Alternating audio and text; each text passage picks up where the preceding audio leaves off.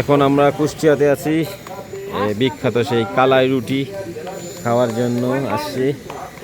যদিও এটা রাজশাহীতে খুব প্রচলন, কিন্তু কুষ্টিয়াতেও পাওয়া গেছে যায় দোকান, এই কালাই রুটির দোকান। এখানে শুধু কালাই রুটি দিয়ে হাঁস ভুনা দিয়ে বানানো হয়।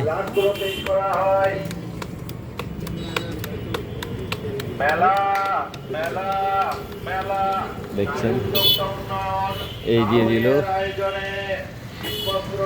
খাওয়ার জন্য কালাই রুটি।